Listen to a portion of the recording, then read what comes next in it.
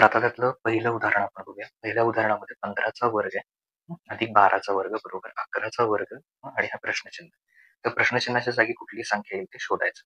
तर इथे 1 ते 20 पर्यंतचे आपल्याला वर्ग पाठ असलेले गरजेचे आहेत. तर इथे बघा 15चा वर्ग केला तर 15चा वर्ग येणार आहे 225 अधिक त्यानंतर 12चा वर्ग केला 12चा वर्ग येईल 144 आणि 11चा वर्ग केला तर तो येणार आहे 121 अधिक प्रश्नचिन्हाच्या जागी कुठली संख्या येईल तर त्याला x मानू. त्याच्यानंतर 225 अधिक 144 121 अधिक आहे ते इकडे येऊन काय करा वजा करा. ओके बरोबर इकडे कोण राहील मग फक्त x राहील. आता त्याच्यानंतर पुढे 225 आणि 144 किंवा त्याच्याही पेक्षा याच्यातून 144 मधून 225 आहे तसंच ठेवा. 144 मधून जर 121 आपण वजा केले तर 3 परत इथे 2 23 राहतील आणि मग बरोबर x. तर त्याच्यानंतर याच्यात फक्त 23 मिळवायचे तर ते किती येणार आहे 48. ओके 248 म्हणजे प्रश्नचिन्हाच्या जागी कुठली संख्या येणार आहे प्रश्नचिन्हाच्या जागी पर्याय बी 248 हे उत्तर असेल. तर आता त्यातलं दुसरं उदाहरण आपण बघूया. दुसऱ्या उदाहरणामध्ये हे मी तुम्हाला मराठीमध्ये आधी तयार करून देतो. तर हे उदाहरण असं लिहूया 250 चे 19% बरोबर अधिक प्रश्नचिन्ह आहे आणि मग 2चा 7वा घातांक. तर हे सोडवताना काय करायचं सगळ्यात पहिल्यांदा 250 चे म्हटलं की गुणिले आणि 19% म्हटलं की 19/100 येणार आणि मग आता पुढे अधिक हे प्रश्नचिन्ह आहे. समजा प्रश्नचिन्हाच्या जागी आपण x लिहूया आणि 2चा कितवा घातांक आहे 7वा. ते केल्यानंतर इथे या शून्याला ही शून्य जाईल आणि मग त्याच्यानंतर समजा इथे आणखीन काही भाग जातोय का तर बघूया आपण इथे. तर सोपं काय पडेल 19ला समजा आपण 10 ने भाग घालवला ते 25 आहे तसंच ठेवूया. जर त्या संख्येला 10 ने भागले एका संख्येनंतर दशांश चिन्ह येणार म्हणजे किती होणार 1900 होणार 1.9 अधिक x. आता इथे 2चा 7वा घातांक जो आहे त्याचं उत्तर आपल्याला शोधावं लागेल. 2च्या घातांकाचे काही हे लक्षात ठेवा. पहिला घातांक म्हणजे 2 येणार दुसरा घातांक म्हणजे 2 वेळा 2 गुणिले 2 4 तिसरा घातांक केलं की 4 ला परत 2 ने गुणिले 8.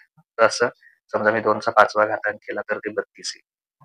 परत 6वा 32 दुनी 64 येईल परत 2चा 7वा 64 दुनी 128. ओके तर शक्यतो 2च्या 10व्या घातांकापर्यंत जेवढ्या संख्या लक्षात येतील तेवढ्या लक्षात ठेवा. आता इथे 2च्या 7व्या घातांकाचं उत्तर किती आलेलं आहे ते आलेलं आहे 128. तर मग आता x शोधायचा असेल तर या दोन्हीचा गुणाकार करूया.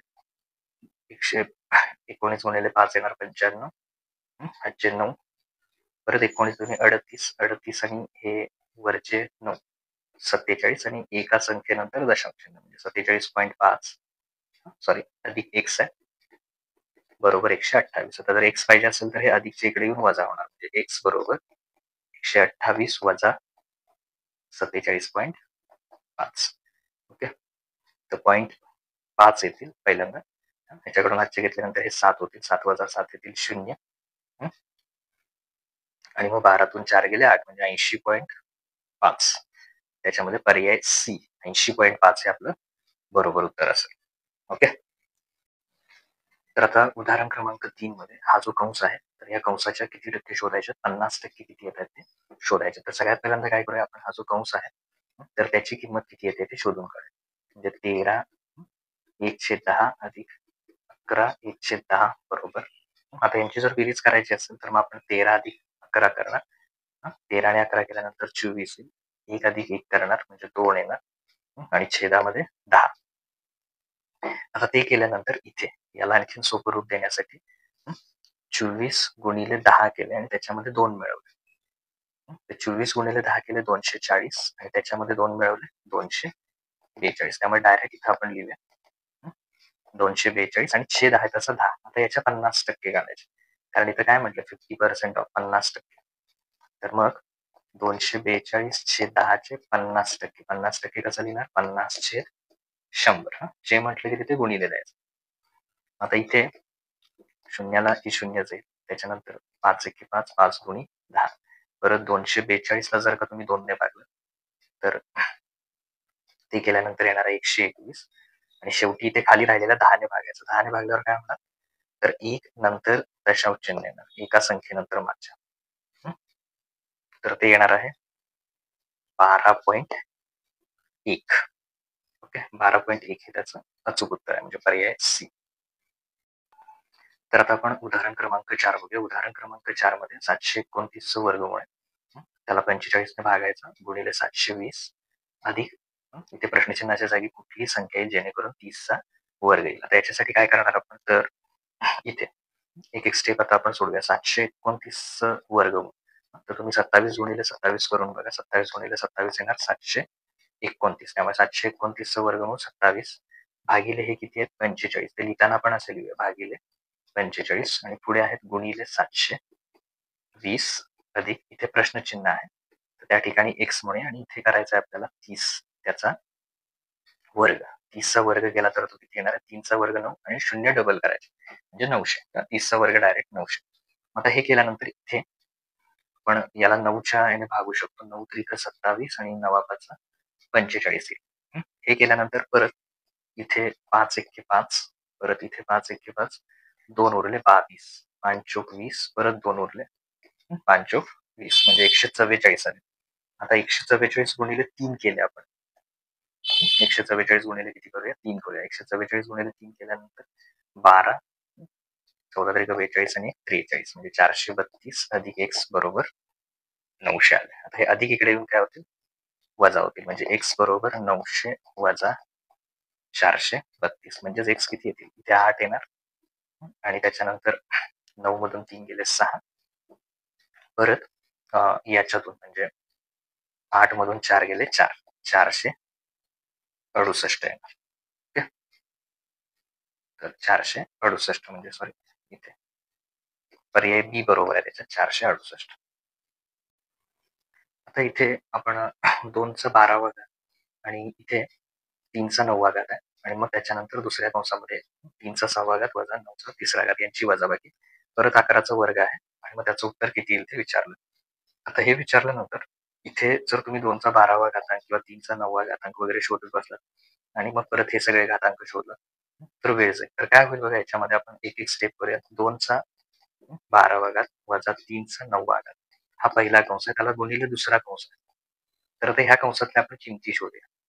3चा 6वा घात म्हणजे बघा 3 गुणिले 3 गुणिले 3 गुणिले 3 असे किती वेळा करायचे, 6 वेळा, म्हणजे 3 त्रिक येणार 9, परत 3 त्रिक 9 हे 2दा झाले, सॉरी 4 वेळा झाले आणि परत हे 3 त्रिक 9. ओके, तर 9 गुणिले 9 गुणिले 9 असं आलं, 6 वेळा गुणाकार. म्हणजे इथे तुमच्या लक्षात आलं असेल 3चा 6वा घात म्हणजेच काय, 9चा कितवा घात, 3रा घात. ओके, थोडक्यात 3चा 6व्या घातालाच आपण काय लिहू शकतो, 3च्या 6व्या घातालाच 9चा 3रा घात. ओके, 9चा 3रा घात आणि पुढे पण किती आहे, 9चा 3रा घात. थोडक्यात यात कन्सेप्ट काय लक्षात आली आपल्या, की 3चा 6वा घात केला तर तो कोणा इथे येतो, 9चा 3रा घात, म्हणजे हे दोन समान झाले, अधिक 11 त्याचा आला आणि मग इथे प्रश्नचिन्ह. आता ह्या कंसाकडे बघा, 9चा 3रा घात वजा 9चा 3रा घात, जसं 5 वजा 5 0 येतं, तसं त्याच संख्येतून तीच संख्या वजा केली तर याचा किती येणार, 0 येणार. आणि मग कुठल्याही संख्येला जर का आपण शून्याने गुणलं, कुठलीही संख्या असू देत, याचं उत्तर काही येऊ दे, त्याला शून्याने गुणलं की शून्यच येणार, म्हणजे याचं उत्तर 0 आलं, अधिक 11चा वर्ग 121.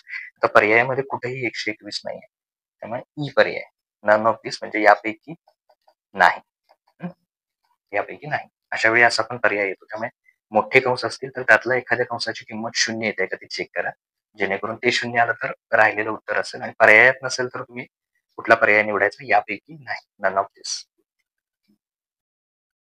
तर आता आपण उदाहरण क्रमांक 6 बघूया. उदाहरण क्रमांक 6 मध्ये इथे आहे 6चा इथे 5 वेळा गुणाकार दिलेला आहे, परत इथे 4 वेळा, त्याच्यानंतर हे 81 आणि हे 3.5. तर इथं प्रश्नचिन्हाच्या जागी काय येईल ते शोधायचं. आता 6चा 5 वेळा गुणाकार, तर आपण कसं लिहू शकतो, ते 6चा 5वा घात, त्यानंतर इथे पुढे अधिक आहे, त्याच्या पुढे इथे अधिक आहे, त्याच्यानंतर परत 6चा इथे किती आहे, 4 वेळा गुणाकार म्हणजे 6चा 4था घात, त्याच्यानंतर हे 81, तर 81 आपल्याला असं लिहिता येईल 3चा 4था घात. ते केल्यानंतर पुढे आहे 3.5 आणि प्रश्नचिन्हाच्या जागी जी संख्या शोधायची त्याला आपण x म्हणूया. आता इथे आपण कॉमन काढूया याच्यामध्ये, इथे 6चा 4था घात आहे आणि 6चा 5वा घात आहे, म्हणजे कमीत कमी घात किती आहे, 6चा 4था. आता 5 मधून 4 सामाई काढले म्हणजे किती राहणार? 1 राहणार. 6चा पहिला घात म्हणजेच 6 अधिक हा 6चा चौथा घात पूर्ण सामाई काढला. काही नाही म्हणजे किती राहणार? 1. पूर्ण सामाई काढलं की 1 राहणार. परत इथे 3चा चौथा घात 3.5 गुणिले x. आता हा 6चा जो चौथा घात आहे तो आपल्याला असेल 6ची फोड कशी करता येईल? 2 गुणिले 3. आणि मग चौथा घात दोघांना पण देऊन टाकायचा म्हणजे 2चा पण चौथा घात आणि 3चा पण चौथा घात. ओके. 6ची फोड केली 2 गुणिले 3 आणि चौथा घात दोघांना पण द्यायचा. म्हणजे मी इथं लिहिलेला आहे 2चा सुद्धा चौथा घात आणि 3चा सुद्धा चौथा घात. ओके. तर इथे लिहूया आपण 2चा चौथा घात गुणिले 3चा चौथा घात. आता 6 अधिक 1 केले तर 6 अधिक 1 किती येणार? 7. कंस आणि संख्येच्या मध्ये गुणाकार त्यामुळे गुणिले 7 म्हणायचं. आणि जर x शोधायचा असेल आपल्याला तर हे जे दोन्ही आहेत इथे जे अंशामध्ये ते कुठे येणार? खाली छेदामध्ये येणार. 3चा चौथा घात गुणिले 3.5 या दोघांना इकडे आणायचं या साईड. आता इथे काय काय कॅन्सल होणार? तर 3च्या चौथ्या घाताला 3चा चौथा घात जाईल. त्याच्यानंतर इथे 7 एक्के 7 आणि 7 35 म्हणजे इथे येणार 0.5 येईल. ओके. 0.5. आता काय काय राहिलं बघा याच्यामध्ये 2चा चौथा घात आहे. तर आता इथे काय झालेलं 2चा चौथा घात आहे हा एक शिल्लक राहिला गुणिले 1 न उत्तर तेच येणार त्यामुळे फक्त 2चा चौथा घात त्याचं उत्तर किती येणार आहे? 2चा चौथा घात म्हणजे 16. 2चा 4 वेळा गुणाकार करा. ते दोन्ही 4 4 दुणे 8 आणि 8 दुणे 16. त्याला कितीने भागायचं? 0.5 ने भागायचं. तर 0.5 म्हणजे अर्धा. ओके. 1/2 म्हणजे 0.5. आता हे कसं लिहिता येईल? कारण खाली फक्त 0.5 राहिले. 3/4 ला 3/4 गेले वरच्या याला. मग 1/2 म्हणजे हे उलट लिहायचं. 1/2चं काय होणार? 2/1 म्हणजे 16 दुनी किती येणार? 32. तर याचं अचूक उत्तर असणार आहे 32. तर ते इथं या प्रश्नचिन्हाच्या जागी येणार 32. ओके. तर आता आपण उदाहरण क्रमांक 7 बघूया. उदाहरण क्रमांक 7 मध्ये 1/1 गुणिले 6 हे सगळं आहे आणि हा सगळ्या जे आहे त्याची बेरीज करून शेवटी उत्तर किती येतं ते शोधायचं. आता हे शोधत असताना हे उदाहरण आपण पहिल्यांदा आहे तसं लिहून घेऊ आणि ते लिहित असताना काय करूया हे सगळं तर लिहून घेणारच आहे आपण इथे या कंसात इथून इथंपर्यंत. तर हे जे आपण लिहिणार आहे त्याच्या अंशात आणि छेदात 5 घेऊया. म्हणजे अंशात सुद्धा 5 घ्यायचे आणि छेदात सुद्धा 5 घ्यायचे. 5 कुठून काढले आपण? तर या प्रत्येक संख्यांमधला फरक बघा. 6 वजा 1 किती आहे? 5. 11 वजा 6 5. 16 वजा 11 तिथे पण 5 आले. 21 वजा 16 5. तर तो जो फरक आहे त्यानं अंशाला आणि छेदाला गुणायचं. आता एखाद्या वेळी आपण वरती अंशाला समजा 2 ने गुणलं आणि छेदाला पण किंवा छेदामध्ये पण 2 घेतलं. अंशात पण 2 आणि छेदात पण 2 किंवा अंशात 3 आणि छेदात 3 जसं इथं आपण 5 घेतलेलं आहे. तर ती मूळची किंमत बदलत नाही. त्यामुळे घेताना काय करायचं? अंशात सुद्धा 5 आणि छेदात सुद्धा 5. 5 कुठून घेतले? त्यांच्या फरकाइतके. आता ते घेतल्यानंतर पुढचा सगळा भाग लिहून काढूया आपण. तर 1 गुणिले 1 वजा 1/1 गुणिले 6. हे कसं लिहिता येईल आपल्याला? 1 वजा 1 सॉरी याच्या आधी असं लिहून घेऊया. पहिली स्टेप फक्त लिहून घेऊया. 1 गुणिले 1/1 गुणिले 6 अधिक 1/6 गुणिले 11 अधिक 1/11 गुणिले 16 अधिक 1/16 गुणिले 21 आहे तसं लिहून घेतलं. आता दुसऱ्या स्टेपला काय करायचं? ह्या 5 ने आतल्या प्रत्येकाला गुणायचं. कारण कंसाच्या आतमध्ये प्रत्येकानं गुणू शकतो. खालचा इथे जो 5 आहे तो तसाच लिहा. ह्या 5 ने मात्र आत गुणत चला. जिथे 1 राहणार आणि ह्या 5 ने प्रत्येकाला गुणत जायचं. म्हणजे 5 एके 5 प्रत्येक ठिकाणी किती येणार? तर 5 येणार. ओके. तर त्यांना आतमध्ये गुणलं आणि खालचे छेद आहे तसंच ठेवा. म्हणजे हवं तर हे करून घ्या. 1 गुणिले 6 6 हे आहे तसंच ठेवूया.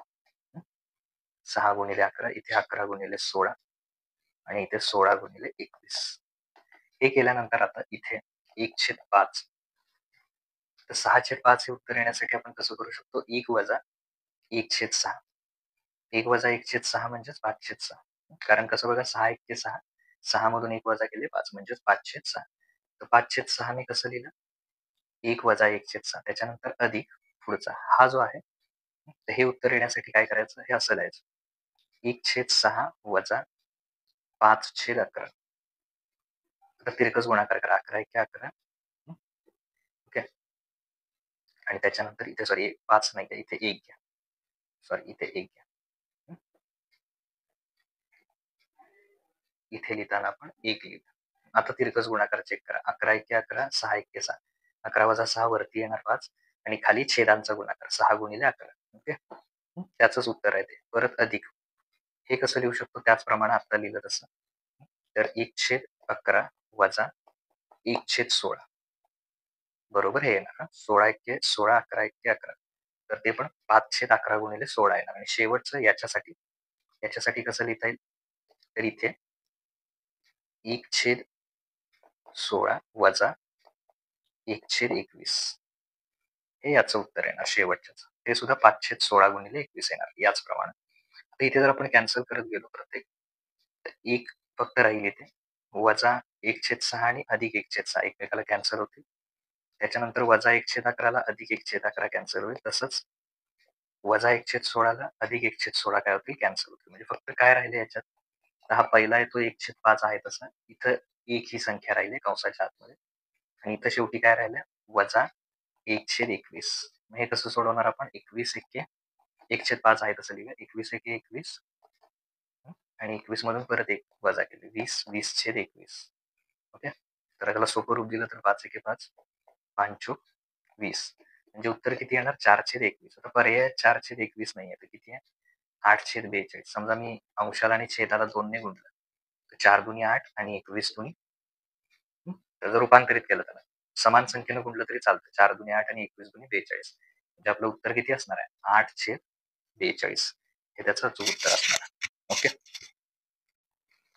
तर आता आपण उदाहरण क्रमांक 3 बघूया. उदाहरण क्रमांक 3 मध्ये इथे जे आहे 3.2/3 हे आहे.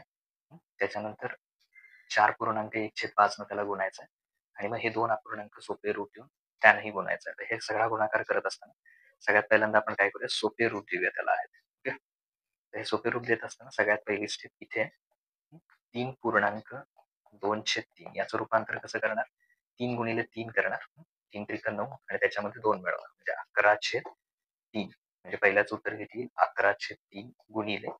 तसंच इथे आता 4 गुणिले 5 केले 4 पंचे 20 20 आणि 21/5 गुणिले याच्या बाबतीत पण तेच करायचं. 3 गुणिले 5 15 15 आणि 16/5 छेदामध्ये 5 गुणिले 2 10 10 आणि 5 दोन्ही 10 आणि 11 11/5. ओके. हे लिहिल्यानंतर इथे 11/3 गुणिले 21/5 गुणिले हे किती आहे? 16/5 हे छेदात आहेत. छेदात आहेत म्हणजे हे खाली भागिले आहेत. हे भागिलेच्या ऐवजी काय लिहायचं? गुणिले लिहायचं आणि खालचा जो छेद आहे तो उलट लिहायचा म्हणजे 11/5 काय लिहायचं? 5/11. ओके. मग आता कॅन्सलेशन वापरूया. 11ला 11 हे कॅन्सल होईल. परत 5ला इथले 5 हे पण कॅन्सल होतील. त्याच्यानंतर पुढे 3 एक्के 3 एक्के 3 3 सत्ते 21 आणि समजा या 16ला मी 5 ने भाग घालवला तर 5 त्रिक 15 1 उरतील. पॉईंट द्यायचा आणि शून्य घ्यायचे. एकावर शून्य 10 होणार. 5 दुनी 10 म्हणजे किती येईल? 3.2 म्हणजे 7 गुणिले 3.2 7 दुनी 14 हातचे 1 7 त्रिक 21 आणि 22 आणि एका संख्येनंतर पॉईंट म्हणजे किती होणार? 22.4. याचा अर्थ पर्याय सी बरोबर आहे. 22.4 हे त्याचं अचूक उत्तर आहे. तर आता उदाहरण क्रमांक 9 बघूया. उदाहरण क्रमांक 9 मध्ये x बरोबर 10 आहे आणि y बरोबर 7 आहे. तर इथे x वजा y चा चौथा घात वजा 18/7 आहे आणि 9xy छेद 10y वर्ग वजा 6xy. तर हे आपण सोडवू शकतो डायरेक्ट किमती टाकून. पण त्याच्यामध्ये सोपं होण्यासाठी इथे जर तुम्ही लक्ष दिलं एवढा भाग कारण याची इथे प्रश्नचिन्ह आहे किंमत शोधून काढायची पूर्ण याची. पण हा जो एवढा भाग आहे त्याला आपण सोपं रूप देऊ शकतो. म्हणजे काय लिहू शकतो? 9xy छेदामध्ये इथे सुद्धा y आहे आणि इथे पण y आहे. त्यातला y सामायिक घेतला आपण तर काय राहील? 10 y वर्ग मधला 1y सामायिक घेतला फक्त y राहणार 10y आणि त्याच्यानंतर 6xy मधला हा 1y सामायिक घेतला म्हणजे काय राहणार? फक्त 6x. इथं काय होईल? y ला y कॅन्सल होईल आणि फक्त एवढाच भाग राहील. ओके. त्याच्यात फक्त आपण किमती टाकायच्या. थोडक्यात काय केलं आपण याच्यातून y ला y कॅन्सल केला आणि 1y शिल्लक राहिला त्याच्यात इथे जो हा दिलाय तो. मग ह्याच्यात किमती टाकूया आपण. x वजा y म्हणजे 10 वजा 7 केले आपण 10 वजा 7 केलं तर 3 येणार. 3चा कितवा घात आहे? चौथा वजा 18 छेदामध्ये 6 गुणिले y कॅन्सल झालाय फक्त 9 गुणिले किती येणार? x.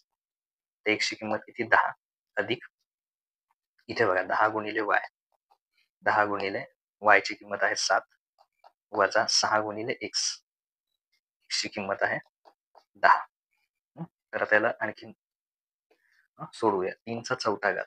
3चा चौथा घात म्हणजे किती येणार 81 वजा 18. 3चा 4 वेळा गुणाकार करा. 3 त्रिक 9, 9 त्रिक 27 आणि 27 त्रिक 81. त्यामुळे 3चा चौथा घात 81 वजा 18 छेद 7. वरती काय होईल 9 गुणिले 10 केले 90 येणार. 10 गुणिले 7 70. 6 गुणिले 10 60. 70 वजा 60 हे येणार 10. इथे शून्याला शून्य कॅन्सल होईल. आता परत इथे इथे जर 81 मधून आपण 18 वजा केले तर ते येणार 63 आणि त्याला 7 ने भाग घालवायचा. परत वरती इथे 9 छेद 1. तर बघा 7 एके 7 7 9 63 आणि 9 गुणिले 9 किती येणार 9 9 81. तर कुठल्याही संख्येचा छेद 1 असतोच. त्यामुळे छेदात 1 असं वेगळं लिहायची गरज नाही. 9 9 81. त्यामुळे याचा पर्याय कुठला येणार डी येणार. ओके. तर आता आपण उदाहरण क्रमांक 10 बघूया. इथे 47 अधिक 47 अधिक असं 6 वेळा दिलेला आहे त्याची बेरीज.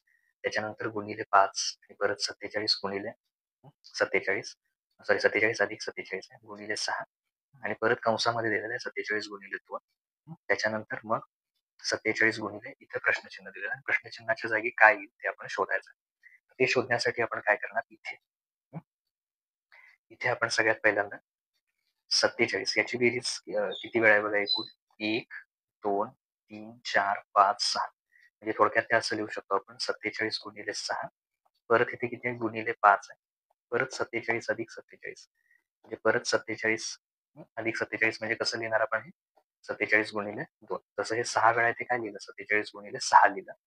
तसं 47 अधिक 47 47 गुणिले 2 परत गुणिले 6 आहे पुढे आणि भागिले हा कंसातला गुणाकार काय करायचा आपल्याला आधी करून घ्यायचा आहे. मग तो कसा करणार तिथे 47 गुणिले 2 केले म्हणजे ते 14 येणार. परत ते केल्यानंतर इथे